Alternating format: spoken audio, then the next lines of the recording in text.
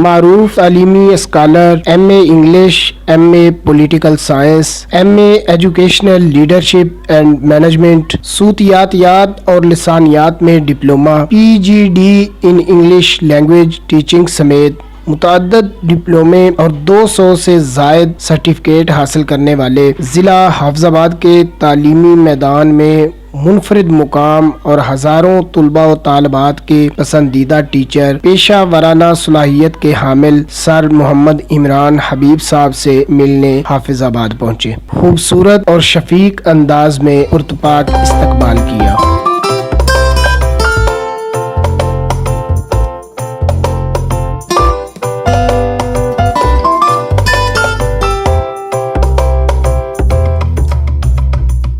آپ نے ابتدائی تعلیم کہاں سے حاصل کی اور کہاں تک؟ بسم اللہ الرحمن الرحیم۔ میرا بنیادی طور پہ تعلق جو ہے لاہور کے نواح سے ہے اور فیض پور انٹرچینج کے ساتھ ہی ہمارا گاؤں ہے۔ تو بنیادی تعلیم جو میری، آپ کے لیے حیرانی ہوگی سن کے آپ کو کہ میری بنیادی تعلیم اسکول میں نہیں۔ میرے چچا جو تھے وہ اسکول ٹیچر تھے، لیکن انہوں نے وداؤٹ پے چھٹی لے کے میڈیکل سٹور بنا لیا اور ساتھ ٹیچنگ بھی اپنی کرتے رہے ویسٹ سیپریٹلی۔ تو میں ان کے پاس ہی پڑھا۔ انہوں نے مجھے بالکل 4 لائن والا دستہ لے کے دیا، وہ نب ہوتی تھی اس زمانے میں، پرا ہوتا تھا، فولڈر جسے کہتے تھے، اور وہ لے کے دیا اور اسی کے ساتھ میں اے بی سی اور الف لکھنا شروع کی۔ تو وہی میرے پہلے استاد تھے اور انہی کے میں ساتھ رہا میڈیکل سٹور پہ۔ اور جب اس عمر میں پہنچا کہ 9ویں جماعت میں اسکول جا سکوں تو انہوں نے مجھے اس وقت اسکول بھیجا۔ اس سے پہلے مجھے میتھمیٹکس اور سائنس اور دوسرے سبجیکٹس جو ہیں ان کا نہیں پتہ تھا۔ اردو اور انگریزی میری کچھ ٹھیک ہو چکی تھی، نسخے آتے تھے وہاں پہ میڈیکل سٹور پہ، وہ انگریزی کی زبانی بھی ٹھیک تھی، لیکن اردو میں اب اسکول جانے سے پہلے میں نسیم حجازی کے سارے ناولز پڑھ چکا تھا، مکمل ناول نسیم حجازی کے، اور اس کے علاوہ جو نو نہال، تعلیم و تربیت، یہ تو مطلب اوڑھنا بچھونا تھا۔ تو اردو ادب کا شوق تھا اسکول جانے سے پہلے، اور اس کا میں یہ سمجھتا ہوں مجھے فائدہ ہوا، بہت فائدہ ہوا، کیونکہ گالیاں نہیں سیکھی، بری کمپنی سے بچے، ہر وقت چچا کے ساتھ ہونا، صبح ان کے ساتھ آنا، شام کو ان کے ساتھ جانا، اور الحمدللہ ثم الحمدللہ کہ ان کا ہی میں بیٹا تھا، اور جو ہے نا وہ اللہ کو پیارے ہو چکے ہیں، اللہ انہیں غریق رحمت کرے۔ پھر میں نے گورنمنٹ سلیم ماڈل ہائی اسکول لوئر مال لاہور، وہاں پہ میں نے ایڈمیشن لیا میٹرک میں، اور 1 سال میں نے میٹرک کیا۔ نور احمد نسیم صاحب ہمارے استاد محترم تھے، اور ان سے پھر میٹریکولیشن میں نے کیا، اور پھر اس کے بعد اسلامیہ کالج سول لائنس جو ہیں وہاں میں 6 سال پڑھا، ایف ایس سی گریجویشن، اور پھر ایم اے انگلش میں نے 2 سال وہاں پڑھا۔ تو یہ میری بنیادی کوالیفیکیشن جو ہے وہ ایم اے انگلش ہے، اس کے علاوہ ایم اے پولیٹیکل سائنس بھی ہے، اور کچھ عرصہ پہلے ڈی پی ایس میں جو بورڈ آف گورنرز مجھے موقع ملا وہاں بورڈ آف گورنرز میں جانے کا، تو پھر میں نے سوچا کہ میری تھوڑی سی، چونکہ میں تو انگریزی پڑھاتا تھا، تو میں نے سوچا تھوڑی سی ایجوکیشن کو بھی پتہ ہونا چاہیے کہ ایجوکیشن کیا چیز ہے۔ پھر یو ایم ٹی جو ہے یونیورسٹی آف مینجمنٹ ٹیکنالوجی، اس میں ریگولر ایڈمیشن لیا M A education leadership management کے لیے۔ اس کے بعد پھر M S school leadership and management, اس کے 3 سیمسٹرز میرے مکمل ہیں، اور آخری سیمسٹر جو ہے تھیسس کا وہ کووڈ-19 کی وجہ سے ذرا میں آج کل نہیں جا رہا ہوں، تو ادروائز 3 سیمسٹرز میرے اس کے مکمل ہیں۔ یہ میری بنیادی تعلیم ہے۔ آپ نے لاہور اتنا بڑا شہر چھوڑ کر پنجاب کے سب سے چھوٹے ضلع حافظ آباد میں ہی پڑھانے کا کیوں فیصلہ کیا؟ پہلی بات تو یہ ہے کہ آبو دانا جہاں لکھا ہوتا ہے نا، تو مجھے لگتا ہے کہ میرا رزق جو ہے نا وہ اس شہر میں تھا، اور جو اس شہر میں جو عزت ملنی تھی مجھے، جو بچوں نے میرے پاس آنا تھا اسٹوڈنٹس نے، وہ شاید مجھے اللہ تعالیٰ نے اپنی طرف سے جو ہے نا مجھے بھیجا یہاں پہ۔ یہ تھا کہ یہاں آنے کی وجہ ایک تو یہ تھی کہ وہاں میرے استاد محترم تھے حضرت نیاز محمد قریشی رحمۃ اللہ علیہ، اور وہاں پہ اگر کوئی اسٹوڈنٹ پوچھتا تھا کہ میں نے ٹیوشن پڑھنی ہے تو میں انگلی پکڑ کے ان کے پاس لے جاتا تھا کہ استاد پڑھائیں گے آپ کو۔ میں استادوں کے ہوتے ہوئے کیسے، اور جب وہاں سے میں یہاں آیا باقاعدہ ان سے اجازت لے کے، ان کی دعاؤں کے ساتھ یہاں آیا کہ میں نے کہا سر جس شہر میں آپ ہیں وہاں میں کیسے پڑھاؤں، میں تو انہوں نے مجھے اپنی دعاؤں کے ساتھ رخصت کیا، اور وہ میرے استاد محترم تھے جن کی وجہ سے میں آج سمجھتا ہوں زندگی میں رنگ ہے تو انہیں کی وجہ سے.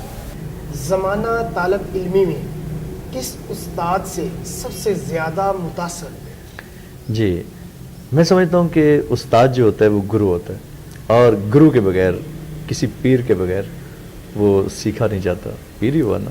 تو میرے استاد محترم حضرت نیاز محمد قریشی رحمۃ اللہ علیہ تھے. حضرت صاحب جو ہیں بنیادی طور پہ شملہ سے تھے. گورنمنٹ کالج لاہور سے انہوں نے 1936 میں انگلش کیا تھا، اور 1952 سے وہ ملیہ کالج کے نام سے لکشمی چوک میں ایک ادارہ چلاتے تھے، اور لاہور میں انگلش کی ٹیوشن پڑھانے والے پہلے وہ پروفیسر تھے. انہوں نے ریٹائرمنٹ لے کے، بلکہ ریزائن کر کے جو وہ ادارہ شروع کیا، اور میں ان کے قدموں میں بیٹھ کے پڑھا ہوں. آپ نے کسی گورنمنٹ کالج یا اسکول میں کیوں نہیں پڑھایا؟ موقع نہیں ملا یا کوشش ہی نہیں کی؟ جی پہلی بات تو یہ ہے کہ میں لاہور میں جب پڑھاتا تھا تو ہاسٹل میں رہتا تھا، اور ہاسٹل کے بچوں کو پڑھاتا تھا. جس وقت میں خود سیکنڈ ایئر کا اسٹوڈنٹ تھا 1987 میں، اس وقت میں نے پڑھانا شروع کر دیا تھا. سیکنڈ ایئر کا اسٹوڈنٹ ہو کے میں نے فرسٹ ایئر کو بچوں کو انگریزی کے ٹینسز پڑھانے شروع کر دیے تھے. پھر گریجویشن میں جب میں پہنچا تو میں الحمدللہ کالج کے اندر گریجویشن کی کلاس جو ہے گورنمنٹ اسلامی کالج سول لائنز میں، وہ میرے استاد محترم تھے توحید انور صاحب. وہ بائی برتھ بلائنڈ تھے، تو انہوں نے مجھے موقع دیا کہ میں ان کی کلاس جو ہے اس سے گرامر کروایا کرتا تھا الحمدللہ. تو میں تو گورنمنٹ اسلامی کالج سول لائنز، جو کہ کہا جاتا تھا، اس میں کس حد تک صداقت ہے کہ تعداد کے لحاظ سے ایشیا کا سب سے بڑا کالج ہے، وہاں پہ اس کالج میں نے اللہ کے فضل سے وہاں پہ پڑھایا. اس کے بعد جب میں استادوں حضرت نیاز محمد قریشی رحمۃ اللہ علیہ کی اجازت کے ساتھ آپ کے اس شہر میں آیا، تو گورنمنٹ اسلامیہ ڈگری کالج برائے خواتین جو ہے، وہاں پہ میں آنریری لیکچرر کے طور پر اپوائنٹڈ ہوا، اور وہ میری پہلی تنخواہ تھی. مجھے اب بھی یاد ہے، گو کہ وہ 1000 روپیہ تھی، لیکن وہ میرے لیے بڑی قیمتی تھی. وہ 1000 روپیہ تنخواہ اس زمانے کی تھی. تو لیکن اس میں یہ ہوا کہ مجھے سیکھنے کا موقع ملا. گرلز ڈگری کالج میں میم زیدی جو تھیں، وہ she was a wonderful professor, اور جو پرنسپل تھیں، اور جو دوسرے نمبر پہ میم ڈاکٹر شکیل مراد صاحبہ کی والدہ محترمہ مسز شمشیر، وہ وائس پرنسپل تھیں. تو یہ ہمارے بزرگ ٹیچرز تھے. تو یہ چونکہ انتظامی امور میں مصروف ہوتے تھے تو اس لیے وہ کلاسز نہیں لے سکتے تھے، تو پھر مجھے ہی سارے کالج کو وہ پڑھانا پڑا. تو یہ ہوا کہ یہ گورنمنٹ اسلامی ڈگری کالج میں نے یہاں بھی 2 سال پڑھایا ہوا ہے. اور اچھا اس میں یہ تھا کہ جو فرسٹ ایئر کی کلاس تھی وہ 360 کی تھی، تو 10 منٹ حاضری میں لگتے تھے. پھر جب دسمبر ٹیسٹ آیا تو اتنے سارے پیپرز آ گئے، تو میں نے میم سے کہا میم میرا استعفیٰ لے لیجیے، میرے تو سارا کالج پڑھانا ہے، یا تو میں پیپر چیک کر سکتا ہوں یا وہ. تو میم نے بڑے بزرگ تھیں، انہوں نے کہا بیٹا دیگ میں سے دانہ ہی چکتے ہیں، تھوڑا تھوڑا کر کے نا وہ کر لیں. تو میں نے محسوس کیا کہ وہ آدھا 40 منٹ کی کلاس میں وہ ٹیچنگ جو ہے نا 2 چیزوں پہ مشتمل ہوتی ہے، ایک لیکچرنگ پلس ٹیسٹنگ. تو ادھر لیکچرنگ تو ہو رہی تھی، ٹیسٹنگ نہیں تھی. پھر میں نے اپنا ادارہ جو یہاں پہ شروع کیا، اور یہاں پہ 2 گھنٹے کلاس ہماری گریجویشن کی تھی، لیکچرنگ پلس ٹیسٹنگ دونوں جو نا. میں پھر اس سے مطمئن ہوا، اور اسی اطمینان کے ساتھ میں اب چلاتا رہا ہوں. اور الحمدللہ ثم الحمدللہ میں مطمئن ہوں کہ گورنمنٹ کی کوئی جاب اگر نہیں کی تو وہ یہ تھی کہ اس میں نے اپلائی نہیں کیا تھا. جہاں ایک بار وہ گیا ہوں اس کے بعد میں نے کہیں نہیں اپلائی کیا. کئی جابز آئیں تو لیکن میں نے اس کو اپلائی نہیں کیا. سر قاسم علی شاہ صاحب کے کلاس فیلو رہے، جی آپ نے کبھی سوچا تھا کہ وہ اتنے مشہور موٹیویشنل اسپیکر بنیں گے؟ جی قاسم علی شاہ صاحب ماشاءاللہ جس وقت ہم کلاس فیلو بنے وہ کیمیائے سعادت تھی، ایک کتاب جو ہم نے پڑھی اکٹھے شاہ صاحب کے ساتھ. تو وہاں پہ یہ انٹریکشن ہوا. اور شاہ صاحب جو ہے نا اپنے ابتدائی دور میں جب یہ شروع کیا تھا انہوں نے، تو حافظ آباد کو بھی انہوں نے شرف بخشا. تو حافظ آباد میں ہمارے اس بچوں کے لیے جناح ہال میں ہم نے ان کے 2-3 پروگرامز رکھے تھے. تو وہ اس دور کی بات ہے. تو اس وقت ماشاءاللہ وہ کہتے ہیں نا ہونہار بروا کے چکنے چکنے پات. تو شاہ صاحب تو ماشاءاللہ شروع سے موٹیویشنل اسپیکر تھے، ان کی باتوں سے لگتا تھا کہ آگے جائیں گے، اور ہمیں پورا یقین تھا. وہ محبت والے لوگ تھے، تو ہمیں الحمدللہ پورا یقین تھا کہ وہ آگے بڑھیں گے انشاءاللہ.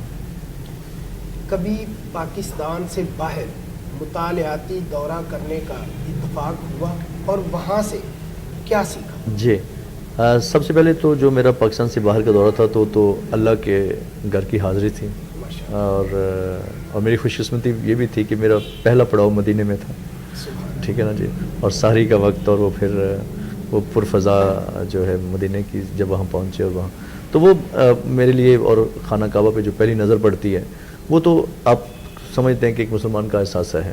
اس کے بعد شاہ صاحب کی موٹیویشن پہ ہم جو ہے نا وہ قاسم علی شاہ فاؤنڈیشن کے ہی بینر تلے ہم ازبکستان گئے، اس کے بعد اس سے اگلے سال استنبول اور کونیا یعنی کہ ٹرکی گئے، اس کے بعد اگلے سال جو ہیں وہ مصر کے احرام مصر کا دورہ کیا، تو یہ ان کے کلچر کو سمجھنے کا موقع ملا۔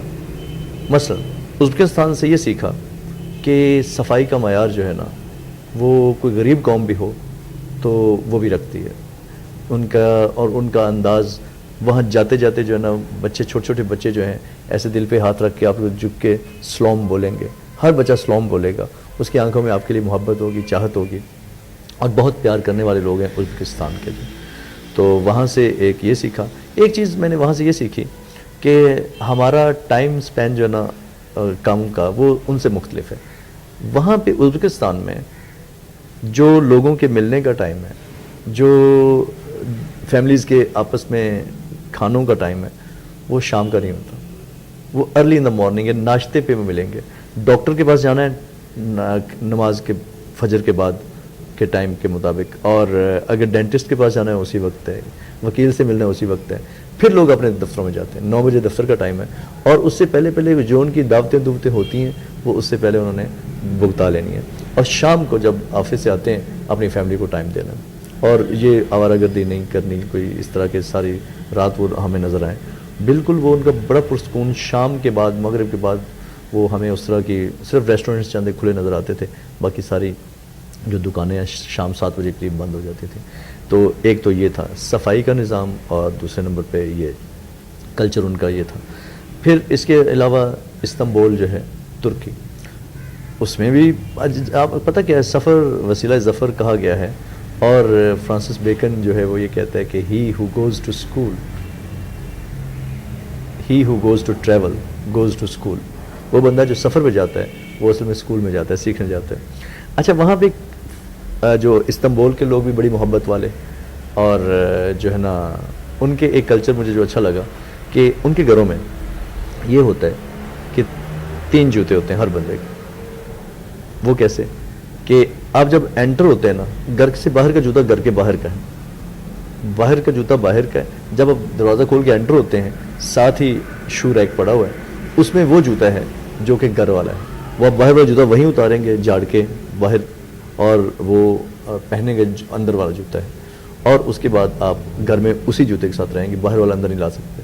اور پھر جب آپ نے واش روم جانا ہے تو یا باتھ روم جانا ہے تو اس کے باہر بھی ایک علیحدہ جوتا، تیسرا جوتا وہاں پڑا ہوتا ہے، وہ گھر والا جوتا بھی اتار کے وہ رف جو پلاسٹک کا چپل پہن کے وہ آپ اندر جائیں گے، اور اس طریقے سے نا مطلب یہ بڑی خوبصورت بات تھی ان کی۔ تو اور بھی ان کی پاکستانیوں سے محبت جو ہے، ازبکستان کے لوگ تو آپ کو کھینچ کے سیلفی بناتے ہیں کہ مطلب وہ جو نا وہ پاکستان کو بڑا پیار کرتے ہیں۔ ان کا جو ٹائم زون ہے ہمارا وہ ایک ہی ہے، یعنی کہ انہوں نے پاکستان کی محبت میں ایک ہی ٹائم زون رکھا ہوا ہے جو ہمارا ہے نا، حالانکہ ان کا فرق پڑتا ہے لیکن انہوں نے نہیں رکھا، اس کا ٹائم زون یہ ہے۔ تو یہ ہے، تو جو ہے مصر کا سفر، احرام مصر جب ہم گئے تو وہاں جو ہم نے محسوس کیا وہ شاید ہم نے ایک سوچا کہ آئندہ مصر نہیں آنا، کیونکہ وہاں کے لوگوں کی نیچر جو ہے وہ ذرا اور طرح کی ہے، وہ ان کا بہت سارا حصہ جو نا زر مبادلہ کا وہ سیاحت سے وابستہ ہے، اور پوری دنیا سے سیاح آتے ہیں احرام مصر دیکھنے کے لیے۔ تو ہوا یہ کہ وہ لوگ ہمیں لالچی لگے، یعنی کہ ہمارے ایک دوست کو انہوں نے اونٹ پہ بٹھایا اور اسے کہتے ہیں بیٹھ جاؤ، اور اس کے بعد اسے چکر دلوا کے تو $400 جو ہے نا وہ اسے تقاضا کیا، وہ کہے کہ میں بس ادھر چکر، انہوں نے کہا $400 ہے، نہیں تو ہم اتر نہیں دیں گے آپ کو۔ اس طرح کے لوگ ہیں، تو وہ مطلب مصر کے لوگوں نے ہمیں متاثر نہیں کیا، ترکی کے لوگوں نے اور ادھر سے جو ہے نا آپ کے ازبکستان کے لوگوں نے متاثر کیا۔ پھر ہمارا یہ پلان تھا کہ ہر سال، یہ 1.5 سال میں ہم نے کیا، ہر سال 2 انٹرنیشنل ٹورز کریں گے۔ پچھلے سال 2020 میں ہمارا پروگرام تھا اگلا ٹور کرنے کا، اس کے بعد لیکن وہ مارچ میں کووڈ-19 آ گیا، اس کی وجہ سے وہ پروسیس جو ہے ابھی تک اسی طرح ہی ہے. تو یہ ہے کہ ضرور سفر کرنا چاہیے. اللہ تعالیٰ نے علم جو ہے اسے ہجرت میں چھپا کے رکھا ہوا ہے، اور ہجرت سفر بھی تو ایک ہجرت کا ذریعہ ہے. اور اشفاق احمد صاحب کہا کرتے ہیں کہ آپ جس شہر میں بھی جائیں وہاں اپنا گھر بنا کے آئیں. مراد یہ ہے کہ وہاں ایک بندہ ایسا ہونا چاہیے جس سے ایک فیملی ایسی ہونی چاہیے جسے آپ کہہ سکیں وہ میرے بھائی کا گھر ہے، یہ وہ ایسا ہے. سو یہ آپس میں بین الاقوامی محبت بھی بڑھتی ہے. اس طریقے کب احساس ہوا کہ ہاں مجھے پڑھانا چاہیے؟ جی، اصل میں I am a teacher by choice and not by chance. میرے پردادا جی جو ہیں، الحمدللہ میں بڑا خوش قسمت ہوں کہ میں نے اپنے پردادا، پردادی، پڑنانی یہ سب کو حج پہ جاتے ہوئے دیکھا، حج سے آتے ہوئے دیکھا. اور الحمدللہ میرے دادا جی جو ہیں وہ 6 بھائی ہیں، اور نانا جی سگے بھائی ہیں. پردادا جی کی عمر اس وقت 95 سال ہے، 1926 پیدائش ہے. نانا جی کی 93 سال ہے. لیکن دونوں ماشاءاللہ اس وقت بغیر اینک کے قرآن پاک اور اخبار پڑھتے ہیں، اور دونوں اس وقت بھی آن ڈیوٹی ہیں. انہوں نے ریٹائرمنٹ نہیں لی. اس وقت بھی وہ میں سمجھتا ہوں کہ صبح 7 بجے سے لے کر عصر تک نماز کا وقفہ ہوتا ہے بس، باقی وہ اسی طرح ہی آن ڈیوٹی ہیں.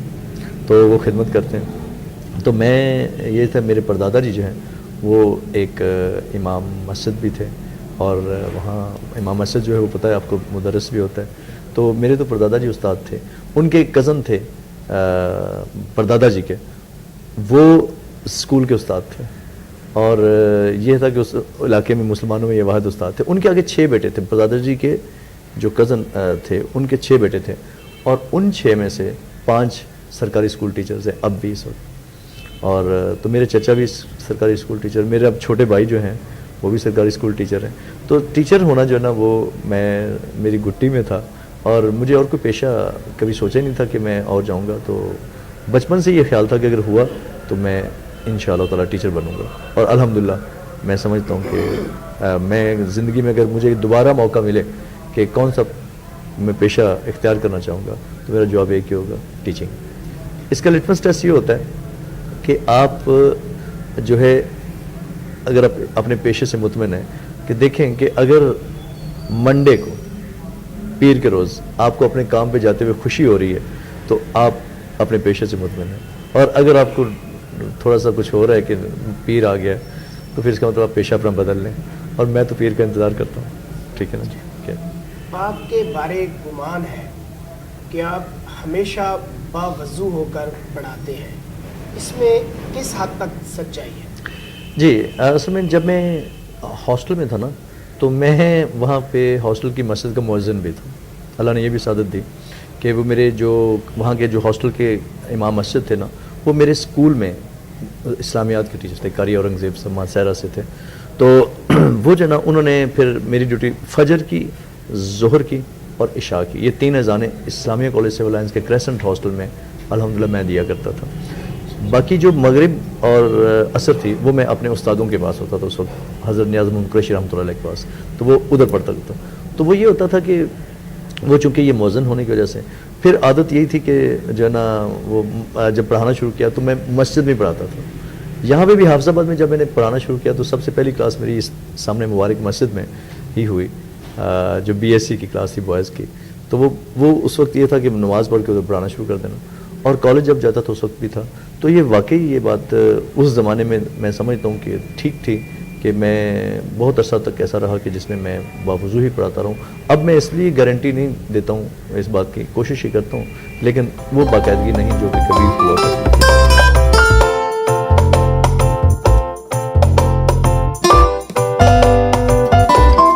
کبھی ایسا ہوا کہ شاگرد کو ڈانٹا اور اس نے جواباً بدتمیزی کی ہو؟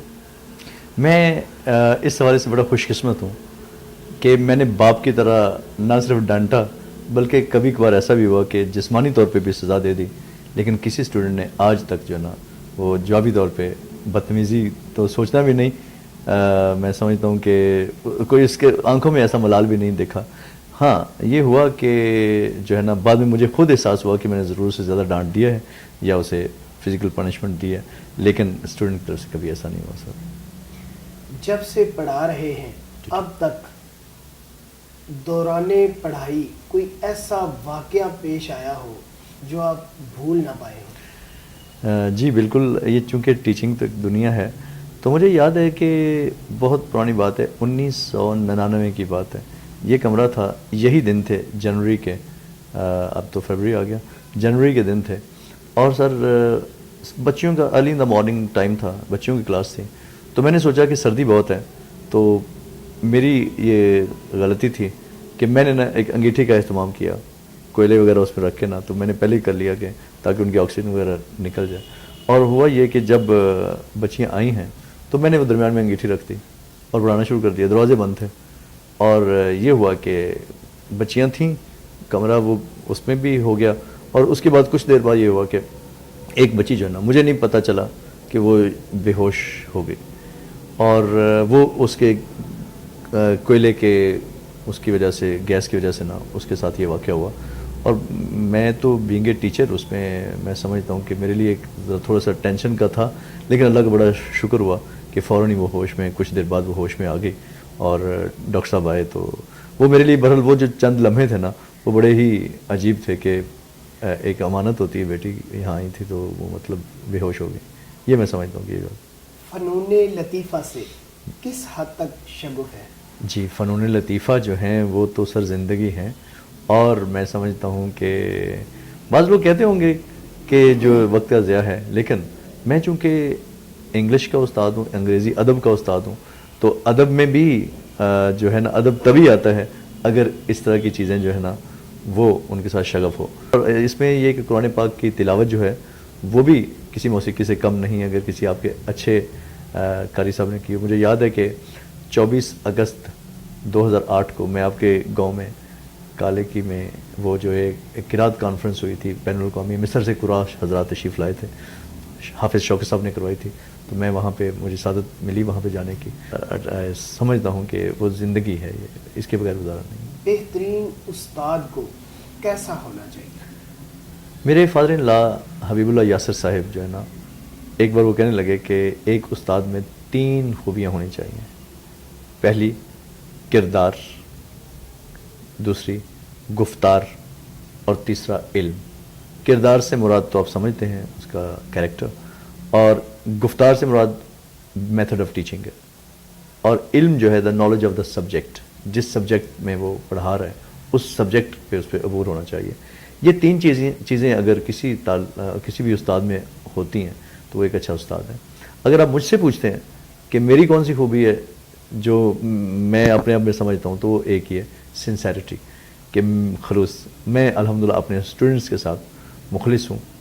کبھی نہیں ایسا سوچا کہ ان کی جیب پہ کوئی ڈاکہ ڈالا جائے، یا جو پیسے ان کے والدین نے بڑی محنت سے کمائے ہوئے ہیں وہ حلال طریقے سے وہ روزی کمائی جائے اس سے. آپ کس کو اپنا تعلیمی گرو مانتے ہیں؟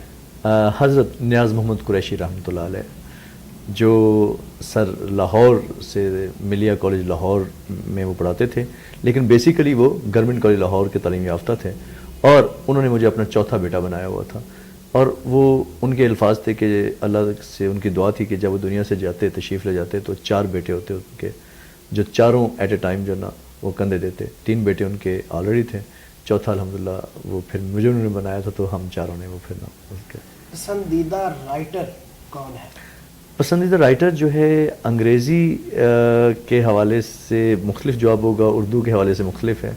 اردو میں مجھے جو اسلوب ہے نا وہ مختار مسعود صاحب کا بہت اچھا لگا. آواز دوست ان کی چھوٹی سی کتاب جو ہے، اس کے علاوہ انہوں نے کتابیں 2 اور بھی لکھی. تو جب ایک زمانہ تھا ڈاکٹر غلام جیلانی برق کو میں نے پڑھا، ان کی 29 کتابیں تھیں اور ساری 29 کی 29 میں نے وہ پڑھی. نسیم حجازی میرا پہلا عشق تھا اس میں، یعنی کہ میں نے ہسٹری کو اس طرح نہیں پڑھا، لیکن نسیم حجازی صاحب نے ہمیں اسلامک ہسٹری کا کانسیپٹ دیا، اور میں بڑا خوش قسمت ہوں کہ میں ان اصحاب سے مطلب نسیم حجازی صاحب، مختار مسعود صاحب، ممتاز مفتی صاحب، اشفاق احمد صاحب، آپا بانو قدسیہ کے ہاتھ کی چائے پی ہوئی 121 داستان سرائے میں. اور میری ایک اور بھی خوش قسمتی کہ واصف علی واصف صاحب کی بیٹھک جو تھی، یعنی کہ واصف علی واصف صاحب کی محفل کو اٹینڈ کیا ہوا. تو یہ واصف علی واسف صاحب بھی پسندیدہ رائٹرز میں یہ سارے لوگ تھے اردو کے لحاظ سے. اور جہاں تک انگلش کا تعلق ہے تو اس میں ناولز بھی ہیں, ڈرامہ بھی ہے. تو ڈرامہ میں اگر دیکھا جائے تو مجھے سیمول بیکٹ اچھا لگتا ہے, وہ میرا فیوریٹ ہے.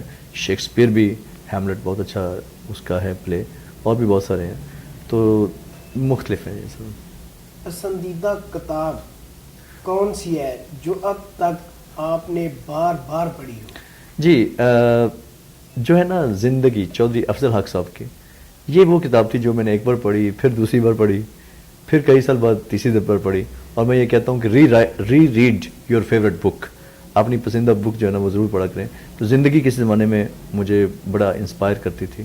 اس کے علاوہ میرا جو اردو میں نے ایک اور صنف جو ہے نا وہ خود نوشت سوانح حیات جو ہے نا وہ بھی میں بڑے شوق سے پڑھتا رہا ہوں, اور جو آٹو بایوگرافی جسے کہتے ہیں, تو اس لحاظ سے بھی.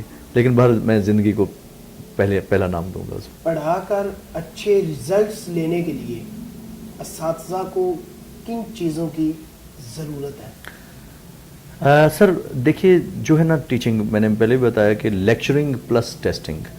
جب تک آپ اسٹوڈنٹس جو ہے نا جو کچھ پڑھایا آپ نے, اگر اس سے وہ بلواتے نہیں ہیں, لکھواتے نہیں ہیں, تو وہ اچھا رزلٹ نہیں آئے گا. اچھا اب یہ ہے کہ اگر تو آپ نے مارکس ہی لینے ہیں تو پھر تو لکھوائیں, اس سے بہت زیادہ ٹیسٹ ہوں. لیکن اگر آپ نے اسٹوڈنٹ کو اپنی کلاسز کو انٹریکٹیو بنانا ہے تو پھر پریزنٹیشن بھی دینی چاہیے. میں یہ محسوس کرتا ہوں ہماری ایم اے انگلش کی جو کلاس ہوتی ہے پارٹ 2 میں جا کے ہم پریزنٹیشنز رکھتے ہیں, تو اس پریزنٹیشن میں اسٹوڈنٹس کے اصل جوہر کھل کے سامنے آتے ہیں. وہ بالکل ایسے ہی ہے جیسے کہ انہیں کوئی پروجیکٹ وقت ملتا ہے اور پھر وہ دیکھتے ہیں, اپنے ٹاپک کو سرچ آؤٹ کرتے ہیں, تو اس وقت ان کے تو اچھے رزلٹس جو ہے نا اگر زندگی میں کام کرنے کے لیے تو بچوں کو بلوانا چاہیے. آج کے اس جدت پسند دور میں تعلیم کی زیادہ ضرورت ہے یا تربیت کی؟ میرا ووٹ تربیت کی طرف ہے. تعلیم تو سر سارے ادارے دے رہے ہیں, لیکن تربیت جو ہے نا وہ اس خال ہی ملتی ہے. بہت کم ایسے ادارے ہیں جہاں پہ یہ خیال رکھا جاتا ہے. اصل میں ہم ایک نا مارکس کی دوڑ میں پڑ گئے ہیں, گیم نمبر گیم جسے کہتے ہیں نا, تو اس میں دوڑ میں پڑ چکے ہیں. میں اپنے اس شہر کی بات نہیں کر رہا ہوں, میں ہر جگہ کی بات کر رہا ہوں, جنرلی بات کر رہا ہوں. تو اس میں یہ ہوتا ہے کہ ہم ٹیچرز جو ہے نا, ہم پہ جو ایک فرض یہ بھی ہے کہ ہم تعلیم تو دیں لیکن ساتھ ساتھ جو ہے نا وہ تربیت جو ہے وہ اس کو بھی مقدم جانے, اور تربیت زیادہ امپورٹنٹ ہے تعلیم اس میں. آج کے دور میں ڈگریز کی تو بھرمار ہے مگر تربیت کا فقدان ہے. کس کو ذمہ دار سمجھتے ہیں؟ کسی بھی طالب علم کے لیے اس کی پہلی یونیورسٹی, پہلی مادر علمی اس کی والدہ محترمہ ہے, ماں. تو ماں جو ہوتی ہے نا جی وہ ذمہ دار ہے تربیت کی, پہلی بات. اور مسئلہ جو ہم جو دیکھ رہے ہیں نا وہ یہ ہے کہ گزشتہ کچھ عرصے سے وہ ماؤں کے اندر کچھ معاملات جو ہے نا, ٹی وی زیادہ ہو گیا, ڈرامہ زیادہ ہو گئے, انڈین ٹی وی چینلز جب آئے, کیبل آئی, یہ وہ, تو وہ ساس بھی کبھی بہو تھی, خواتین جو اسی چکر میں پڑ گئیں. سوشل میڈیا جو ہے نا اس نے ماؤں کا بہت سارا ٹائم چھین لیا ہے. اور اگر ماں جو ہے وہ تربیت کی طرف خیال رکھے تو بچے جب ہمارے پاس آتے ہیں تو ہمیں پتہ چل جاتا ہے کہ یہ اس بچے کی تربیت جو ہے نا, وہ پنجابی میں کہتے ہیں کہ یہ ماں کا چھنڈا پھوکا ہے جی, ٹھیک ہے نا جی, تو وہ پتہ چل جاتا ہے. تو ماں جو ہے نا میں اسی کو ذمہ دار سمجھتا ہوں, وہی اس کی پازیٹیوٹی کی ذمہ دار ہے, وہی اس کی نیگیٹیوٹی کی. اس کے بعد ہم اساتذہ کا نمبر آتا ہے, دوسرے نمبر پہ ہم ہیں.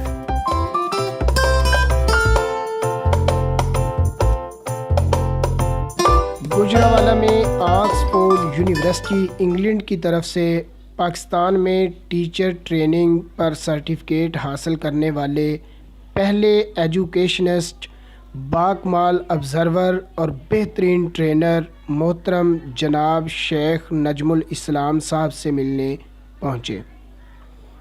اپنے بیٹے کے ساتھ استقبال کیا. آپ کے ہزاروں شاگرد ہیں, سب سے زیادہ متاثر کس شاگرد نے کیا؟ اصل میں یہ سوال جو ہے نا کچھ اگر میں ایک شاگرد کو پوائنٹ آؤٹ کروں گا تو وہ بھی مناسب نہیں ہے. تو متاثر کرنے والے بے شمار اسٹوڈنٹس ہیں. یہ ضروری نہیں ہے کہ بڑا ہی کوئی ٹیلنٹڈ بچہ ہو اور اس نے متاثر کیا ہو. مجھے جو بچہ متاثر کرتا ہے وہ ایک تو اپنے انٹریکٹر سکل سے، یعنی کہ اگر وہ سوال پوچھتا ہے تو نمبر 2 اپنی ریگولرٹی اور پنکچولیٹی کی وجہ سے، اور اپنے ادب آداب کی وجہ سے۔ پڑھانے کے دوران جب غصہ آ جائے تو کیا کرتے ہیں؟ جی، یہ ایک فطری امر ہے، اور ٹیچر جو ہوتا ہے نا وہ ایک ایکٹر بھی ہوتا ہے۔ بعض کا ہمیں ڈراماٹائز کرنا پڑتا ہے، غصہ ہوتا نہیں ہے، اندر سے ہم کول ہوتے ہیں، لیکن بچوں کو دکھانے کے لیے، ان پہ یہ ظاہر کرنے کے لیے کہ ان کا بڑا ہے تو ہمیں غصہ دکھانا پڑتا ہے، تو نیچرلی بھی کئی بار سچ مچ بھی آتا ہے۔ تو اس کا یہ ہے کہ جیسے کہ ہمارے رسول کریم صلی اللہ علیہ وسلم نے فرمایا کہ اگر آپ غصہ آئے تو کھڑے ہوئے تو بیٹھ جائیں، تو ایک تو یہ پریکٹس ہوتی ہے۔ دوسرا یہ کہ پانی پی لیتا ہوں، یہ اچھا کانسیپٹ ہے۔ لیکن میں نے ایک پروگرام بھی کیا ہوا ہے، نیورو لنگوسٹکس پروگرامنگ، تو نیورو لنگوسٹکس پروگرامنگ جب سیکھا تو اس کو بھی کبھی کبھی اس پہ اپلائی کرتے ہیں، اور وہ یہ ہوتا ہے کہ آپ اپنے ذہن کو کچھ سجیشنز دیں، اور وہ کہ کول ڈاؤن، تو وہ جو اس طرح آپ اپنے آپ کو جب دل ہی دل میں کہتے ہیں ریلیکس، چلیکس، تو اس کا یہ فرق پڑتا ہے، ضرور پڑتا ہے۔ ہزاروں شاگرد کون کون سی مقامات پر ڈیوٹیز دے رہے ہیں یا کس کس عہدے پر فائز ہیں؟ یعنی 2012 کا جو سیشن تھا اس میں ماشاءاللہ ایک ہی سیشن میں پی ایم ایس کے جو مقابلے کا امتحان تھا اس میں 4 لوگ لائف سے، یعنی کہ میرے ادارے سے تھے، اور جس بچی نے پورا پنجاب ٹاپ کیا تھا، نازیہ موہل صاحبہ تھی، وہ پورے پنجاب میں پہلی پوزیشن لی، وہ بھی یہاں سے 4 سال پڑھی ہوئی تھی۔ یہ بہت سارے لوگ اسسٹنٹ کمشنرز ہیں، تو اور اس کے علاوہ کسٹمز میں، دوسرے ڈپارٹمنٹس میں بھی لوگ ہیں، بچیاں بھی ہیں، بچے بھی ہیں۔ اچھا سر، آپ ان کے بارے میں، سر عمران حبیب صاحب کے بارے میں کتنا جانتے ہیں، اور آپ کیا سمجھتے ہیں کہ ان کے ضلع حافظ آباد میں آنے سے ضلع کی پبلک یا عوام کو کیا فائدہ ملا، اسٹوڈنٹس کو خصوصاً؟ اعوذ باللہ من الشیطان الرجیم، بسم اللہ الرحمن الرحیم۔ اگر ہم سر عمران صاحب کے حوالے سے بات کریں اور ڈے 1 سے اگر ہم شروع ہوں تو being an observer, being the manager, being the administrator, چونکہ ہم انتظامی معاملات میں، انتظامی امور میں اپنا دخل رکھتے ہیں، تو ہمیں کسی بھی جگہ پہ جب ہم انٹر ہوتے ہیں یا کسی شخصیت سے ملتے ہیں، اور بہت سارے پہلو ہماری فرسٹ 20 سیکنڈ کے آبزرویشن میں آ جاتے ہیں۔ یہ چیزیں وقت کے ساتھ ساتھ تجربے میں بڑھتی رہتی ہیں، لیکن اگر میں ڈے 1 سے ایک مشاہدے کو ریکال کروں یا ان میموریز کو ریکال کروں، تو پھر آپ کی جو ایک کوئری ہے کہ یہ ایک ایسی شخصیت ہیں، لوگ شاید ان کو سمجھتے ہیں کہ انہوں نے تعلیمی میدان میں بڑا کردار ادا کیا ہے۔ میں سمجھتا ہوں کہ جو روح کو بدلا ہے نا، ہمارے ہر ایک کی زندگی میں بہت سارے اساتذہ کرام آتے ہیں، بہت سارے رول ماڈلز آتے ہیں، اور وقت کے ساتھ ساتھ بدلتے جاتے ہیں۔ چوائس بھی اور لائکس اینڈ ڈس لائکس بھی وقت کے ساتھ ساتھ بدلتی جاتی ہیں، لیکن جو اس دور میں اگر کسی کے پاس بیٹھ کر آپ کے دل سے گناہ کا ارادہ جاتا رہے اور آپ کسی کام کی طرف مائل ہوتے رہیں تو اسے ولی کا درجہ دے دیں، میرا یہ ذوق ہے۔ اور ڈے 1 سے اب تک کبھی زندگی میں ایک دفعہ بھی ایسا نہیں ہوا کہ کوئی ایسی چیز سامنے آئے جس پہ بندہ سوچے کہ یار یہ نہیں ہونا چاہیے تھا۔ اور ہماری طرف سے تو سر استاد کا درجہ تو ہے، تو ولایت کا جو درجہ ہے وہ ہماری طرف سے ہے۔ میں پوری ذمہ داری سے یہ الفاظ بیان کر رہا ہوں کہ سر واقعتاً ایک ولی کی حیثیت رکھتے ہیں۔ ان کے ساتھ ملاقات کے بعد ایک کوئی وقت لگا لیں، گھنٹہ، 2 گھنٹے، 1 دن، بندہ اپنے بہت سارے معاملات میں بڑا کمپوز رہتا ہے، کوشش کرتا ہے کہ یار میں معاملات کہیں دائیں سے بائیں نہ ہوں۔ کردار کی جو بلندی ہے وہ کسی مخصوص وقت میں نہیں ہوتی، کردار کی بلندی ہمیشہ کی، ہر لمحے کی ایک جست ہے جس پہ آپ لگے رہتے ہیں تو کردار بنتے ہیں۔ اور جو کردار سر نے واضح کیا، جو ہم نے ان کی نجی محفلوں میں بیٹھ کر دیکھا، جو ہم نے ان کے ساتھ ٹور کر کے دیکھا، جو ہم نے ان کے مالی معاملات میں دیکھا، جو ہم نے ان کے لوگوں کے ساتھ میل جول میں دیکھا، یہ وہ ساری حقیقتیں ہیں جن سے گزر کر ہم کسی ایک جگہ پہ بھی کوئی قدغن نہیں لگا سکتے۔ ثم الحمدللہ، یہ اللہ تعالیٰ کی ان کے اوپر خاص عنایت، اللہ تعالیٰ کی خاص رحمت ہے۔ اور میں سمجھتا ہوں وہ والدین بڑے عظیم ہیں جن کے یہ سپوت ہیں، اور میں سمجھتا ہوں یہ حافظ آباد بڑا خوش قسمت ہے جس میں سر موجود ہیں، اور میں سمجھتا ہوں ہم بڑے خوش قسمت ہیں جن کی نسبت ہے سر کے ساتھ۔ میں تو اکثر سر سے کہا کرتا ہوں کہ سر نسبت کے لیے کوئی وقت دیا کریں۔ اور ایک بڑا خوبصورت وقت تھا جس وقت میں سر سے کہا کہ سر آپ ماشاءاللہ بڑے سخی ہیں، تو ہر تو قیام و طعام میں بڑے سخی رہتے ہیں. تو ہمیں یہ سمجھا کریں کہ ہم شاید آپ کو اللہ کی راہ پہ کھانا کھلا رہے ہیں، تو وہ انویٹیشن دیا کریں، ہم پہنچ جایا کریں گے. تو صرف نسبت جڑی رہے. تو چونکہ سر کا معاملہ ایسا ہے، جدھر تک تعلیم کا معاملہ ہے، تو اگر ہم حافظ آباد کو دیکھیں تو حافظ آباد کا اس وقت اگر پرائیویٹ سکولز میں دیکھا جائے تو بیکن ہاؤس سکول ہے، دانش سکول ہے، ڈی پی ایس سکول ہے، دی ایجوکیٹرز ہیں، الائٹ ہیں، اور بہت سارے سکول جو اپنی طرف سے بڑی محنت کر رہے ہیں. ان سارے سکولوں میں آپ بلا مبالغہ ڈیٹا کمپائل کر لیں، ساری انفارمیشن کمپائل کر لیں، آپ کو پتہ چلے گا کہ مور دین 50% اسٹاف سر سے ماشاءاللہ تعلیم حاصل کر چکا ہے، سر کی نسبت میں رہ چکا ہے. اور ان کی وجہ سے جو مثبت رویے معاشرے میں پیدا ہوئے ہیں اس کی بنیاد سر کے ادارے سے، سر کی نسبت سے اور سر کے پیدا کردہ ماحول سے شروع ہوئی. اور اس معاشرے میں جو سب سے بڑا کردار ادا کیا ہے، ڈگریاں ضرور ملی ہیں لوگوں کو، تعلیم ملی ہے لوگوں کو، عہدے ملے ہیں، جو مثبت کردار پیدا ہوا ہے وہ اس کو ہم کبھی زندگی میں نظر انداز نہیں کر سکتے. اور یہ سر کا قرض ہے حافظ آباد کے لوگوں کے اوپر، وہ کس طرح سے اتاریں گے یہ اندازہ نہیں. حافظ آباد کے معروف نجی ہوٹل میں کھانے کا پرتکلف اہتمام تھا.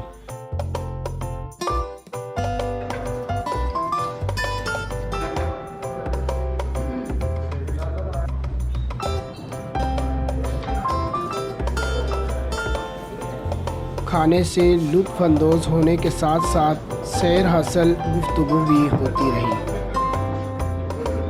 تمام مصروفیات کے باوجود 6 کلومیٹر کی واک روزانہ کا معمول ہے. کوئی بھی بندہ کوئی بھی کام کرتا ہے تو وہ 4 سے 5 گھنٹے یا 6 گھنٹے کے بعد اٹھا جاتا ہے. جی مگر آپ اسٹڈی پلس واک اور پلس جو باقی امور زندگی ہے، یہ ساری چیزیں کیسے مینٹین کریں؟ پہلی بات تو یہ ہے کہ پیشن ہونا چاہیے اپنے کام کے لیے. تو اگر آپ کو اپنے پروفیشن کے ساتھ پیشن کے ساتھ ڈیل کرنا آتا ہے تو پھر آپ اکتاتے ہیں، چاہے وہ 10 گھنٹے کا کام ہے یا 24 گھنٹے کا بھی کام ہے. تو جو دن کا آغاز جو ہوتا ہے یا وہ سارے دن کو مینج کرتا ہے کہ کیسے ہم نے اس دن کو چلانا ہے.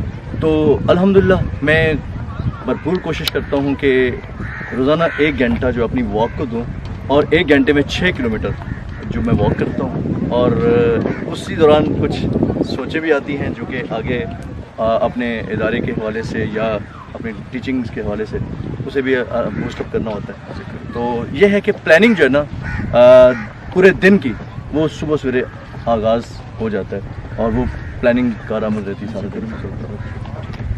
اور یہ دوسری بات یہ ہے کہ ہر بندے کو 24 گھنٹے ملیں، کسی کو 23 نہیں ملے، کسی کو 25 نہیں ملے، وہ اسے مینیج کرنا ہے. How to manage those 24 hours. اور بڑے بڑے عظیم لوگ جو ہیں وہ بھی اسی طرح کرتے ہیں، ہم جیسے لوگ جو ہیں وہ بھی اسی طرح مینیج کرتے ہیں. میں یہ سمجھتا ہوں کہ ٹائم مینجمنٹ جو نا یہ سکھاتا ہے ورک کا یہ پروسیس. جو پسندیدہ سیاستدان کس کو کہیں گے؟ جی، اگر ہماری پاکستان کی ہسٹری کو دیکھا جائے تو قائد اعظم محمد علی جناح رحمۃ اللہ علیہ کے بعد، وہ تو ہیں ہی نا، ان کے بعد میرا پسندیدہ سیاستدان جو ہے پارٹی سے ہٹ کے، پارٹی سے اس سے کوئی تعلق نہیں ہے، وہ ملک معراج خالد صاحب تھے.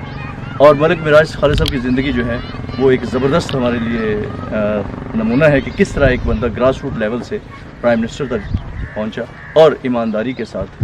اور ان کی جو ہے نا کوئی زندگی میں کوئی ایسا گوشہ نہیں جو دوسروں سے پوشیدہ ہو. اور عین آخر پہ جب وہ گئے تو اس وقت بھی وہ اسی مکان میں دو مرلے کے مکان میں رہ رہے تھے جب وہ دنیا سے گئے تھے. استاد میں ایسی کون سی کوالٹیز کا ہونا بہت ضروری ہے کہ جو اگر نہ ہو تو آپ اس کو ایک کامیاب استاد نہیں سمجھتے؟ جی، پہلی بات ہے کہ اسے اپنے پیشے سے سنسیئر ہونا چاہیے، اسے امپروو کرتے رہنا چاہیے ہر دم. یعنی کہ یہ ایسے ٹیچر ہے یہ اور یہ اسٹوڈنٹ ہے، تو ٹیچر کو ہمیشہ ایسے اپ گریڈ کرتے رہنا چاہیے اور اپنے بچوں کو بوسٹ اپ کرتے رہنا چاہیے کہ وہ بھی امپروو کریں. تو سب سے بات یہ کہ مین بات کہ اسے ان ٹچ رہنا چاہیے نئے نالج کے ساتھ، اپنے سبجیکٹ کے اندر کیونکہ نئی ریسرچ ہو رہی ہے، نئے میتھڈز آف ٹیچنگ آ رہے ہیں، تو اس کے ساتھ وہ کام کرتے ہیں. اور وہ جو پہلے بات ہوئی کہ کردار، گفتار اور علم، یہ 3 چیزیں جو ہے اس میں. موجودہ نظام تعلیم اور محکمانہ پالیسیوں کو کیسے دیکھتے ہیں؟ جی، موجودہ نظام تعلیم جو ہے گورنمنٹ آف پاکستان بھرپور ایفرٹ کر رہی ہے لیکن اس میں کچھ لوپ ہولز ہیں.